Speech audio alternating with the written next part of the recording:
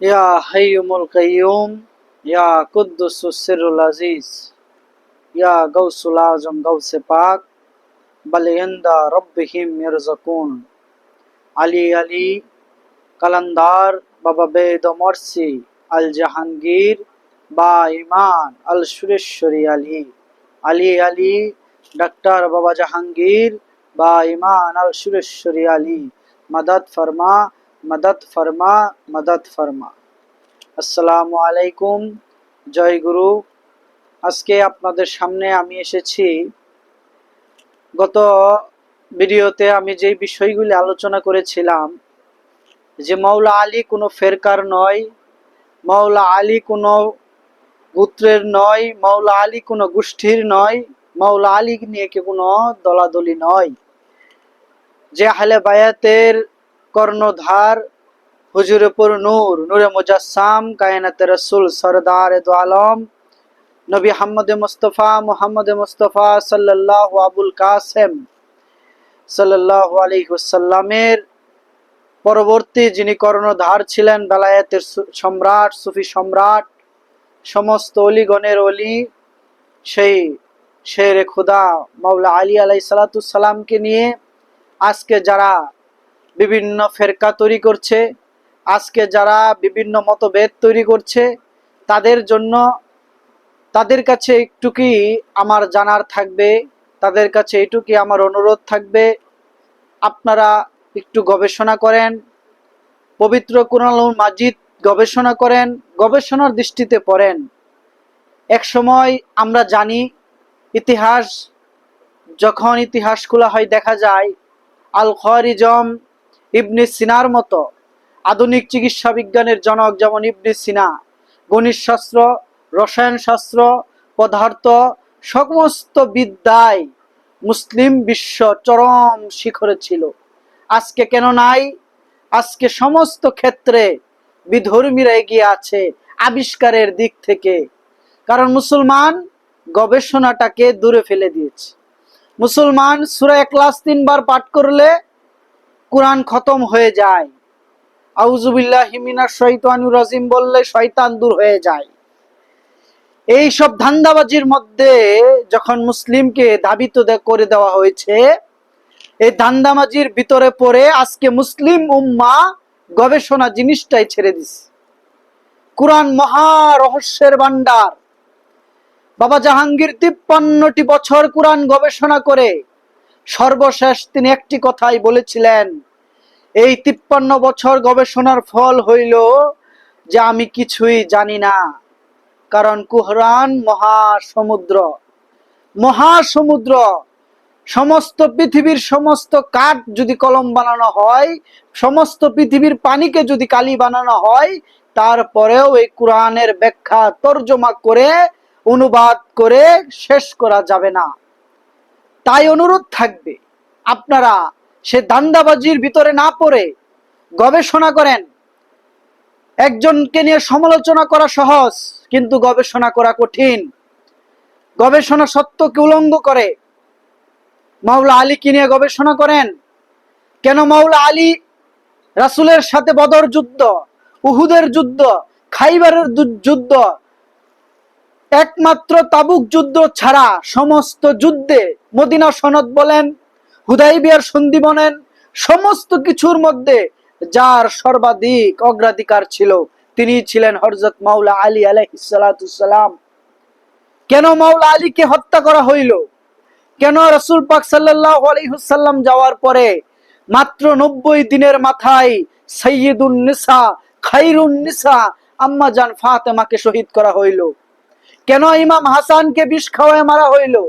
কেন কারবালার ময়দান সৃষ্টি হইল, যেই ময়দানে রাসূলের দহিত্র আল হাসাইন ওয়াল হুসাইন সাইয়্যিদুল শাবাবিল আহলিল জান্নাহ। জুম্মার দিনে খুব সুন্দর করে ইমাম সাহেব খুতবায় বলেন, কিন্তু অর্থ ব্যাখ্যা তর্জমা করতে শুনি নাই। হাসান হুসেন জান্নাতের যুবকদের সর্দার। মুসলিম উম্মার কাছে আমার প্রশ্ন, সেই সর্দার সম্পর্কে কি জানতে হবে না? সে সর্দার সম্পর্কে কি উপলব্ধি করতে হবে না গবেষণার দৃষ্টিতে? আপনারা মাওলা আলীকে নিয়ে গবেষণা করুন, প্রিয় নবীকে নিয়ে গবেষণা করুন। আজকের এই দিনে বড় বড় হেলিকপ্টার যারা আজকে চালিয়ে উহুদের ময়দানে ওয়াজ করে, আজকে তাদের কারণে, কারণ ইসলামের সবচেয়ে বড় ক্ষতি করেছে এই মুসলমানের ভিতরে এই টুপিওয়ালা, দাড়িওয়ালা, পাগড়িওয়ালা। ইমাম হুসেনকে কোনো হিন্দু বৌদ্ধ খ্রিস্টান শহীদ করে নাই, মৌলা আলীকে কোনো হিন্দু বৌদ্ধ খ্রিস্টান শহীদ করে নাই, মা ফাতেমাকে কোনো হিন্দু বৌদ্ধ খ্রিস্টান নাসরা শহীদ করে নাই। আপনার মতো আমার মতো লেবাসদারি, টুপিদারি, পাগড়িদারি, দাড়িদারি সেই মুফতি মুহাদ্দিসেরাই শহীদ করেছিল। তাই গবেষণা করেন। আজকে গবেষণা নাই, নাস্তিকবাদ চরম শিখরে চলে গেছে। আল্লাহ রাসূলের দিকে আঙুল তুলে, যে রাসূল পুত পবিত্র, যাকে নিয়ে কোনো সন্দেহ করা যাবে না, যাকে নিয়ে সন্দেহ করলে অস্তিত্বকে সন্দেহ করা হয়, কোরআনকে সন্দেহ করা হয়, আল্লাহর জীবন বিধানকে সন্দেহ করা হয়, নিজের উপরে সন্দেহ চলে আসে। আজকে সেই নবীর উপরে চুনকালি দেওয়া হয়, আজকে সেই নবীকে নিয়ে কটূক্তি করা হয়। কেননা আমরা গবেষণা করি না। আমাদের কাছে আজকে আজগবি শরীফ দিয়ে বুড়ি বুড়ি শরীফ তৈরি করে দিয়েছে। আজগবি শরীফে ইসলাম ছেয়ে গেছে। এই সূরা 70 বার পাঠ করলে জীবনের সমস্ত গুনাহ মাফ হয়ে যায়। আজগবি শরীফ রাসূল পাক সাল্লাল্লাহু আলাইহি সাল্লামের কন্যা মা ফাতেমা একজন কাঠুরের মহিলার কাছে বরদার শিখে। আজগবি শরীফ এই নিয়ে পরবর্তী ভিডিওতে কোনো এক সময় আমি আজগবি শরীফ নিয়েও কিছু কথা বলবো। কোরআন দর্শন জানেন, কোরআন মহাজ্ঞানের ভান্ডার, কোরআনে কোনো সন্দেহ নাই, হাদিসে সন্দেহ আছে, কারণ সেটা মন গড়া লিখিত। সেটা আপনার আমার মতো কারো না কারো হাতে লিখিত, কোরআন কারো হাতে লিখিত না। কোরআন স্বয়ং আল্লাহর বাণী। কোরআন দিয়ে হাদিসের বিচার করতে হবে, হাদিস দিয়ে কোরআনের বিচার করলে হবে না। আপনি হুদের যুদ্ধের ইতিহাস পড়েন, বদর যুদ্ধের ইতিহাস পড়েন, খাইবার যুদ্ধের ইতিহাস পড়েন, কারা রাসূলকে আঘাত করেছে আর কারা রাসূলের সাথে থেকে যুদ্ধ করেছে। আলোচনা আজকে এই পর্যন্ত রাখলাম।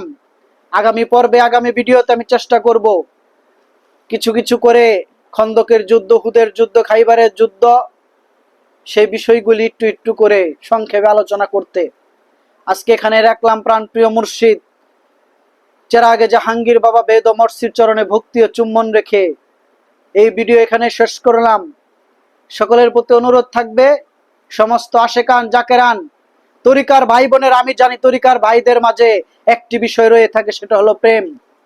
সবচেয়ে ঊর্ধ্বে, যেখানে দলিল শেষ, যেখানে তর্ক শেষ, যেখানে যুক্তি শেষ, সমস্ত যুক্তি তর্ক যেখানে কবর, সেখানে প্রেমের প্রকাশ।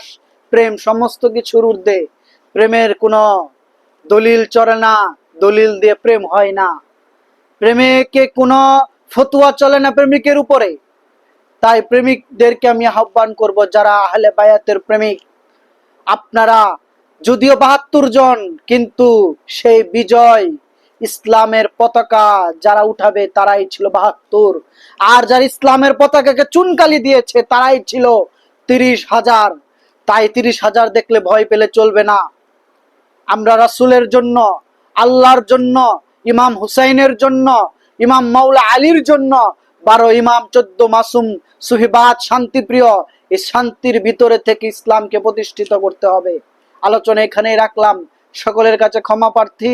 যদি আলোচনায় কোনো ভুল ত্রুটি হয়, আমি মানুষ, মাত্র ভুল হইতেই পারে, আপনারা ক্ষমা দৃষ্টিতে দেখবেন। ক্ষমা করাই মহত্বের লক্ষণ। তাই যাওয়ার আগে আমার চ্যানেল হুব্বেতু মাস্তাম চ্যানেলটি সকলের কাছে অনুরোধ থাকবে, সাবস্ক্রাইব করবেন, পেজটি ফলো করবেন, বেশি বেশি করে শেয়ার করবেন, যেন সত্যটা সকলে পাই, সত্য বাণীগুলি আমি আপনাদের মাধ্যমে, আমার মাধ্যমে যেন পৌঁছে দিতে পারি। আজকের মতো এখানে রাখলাম।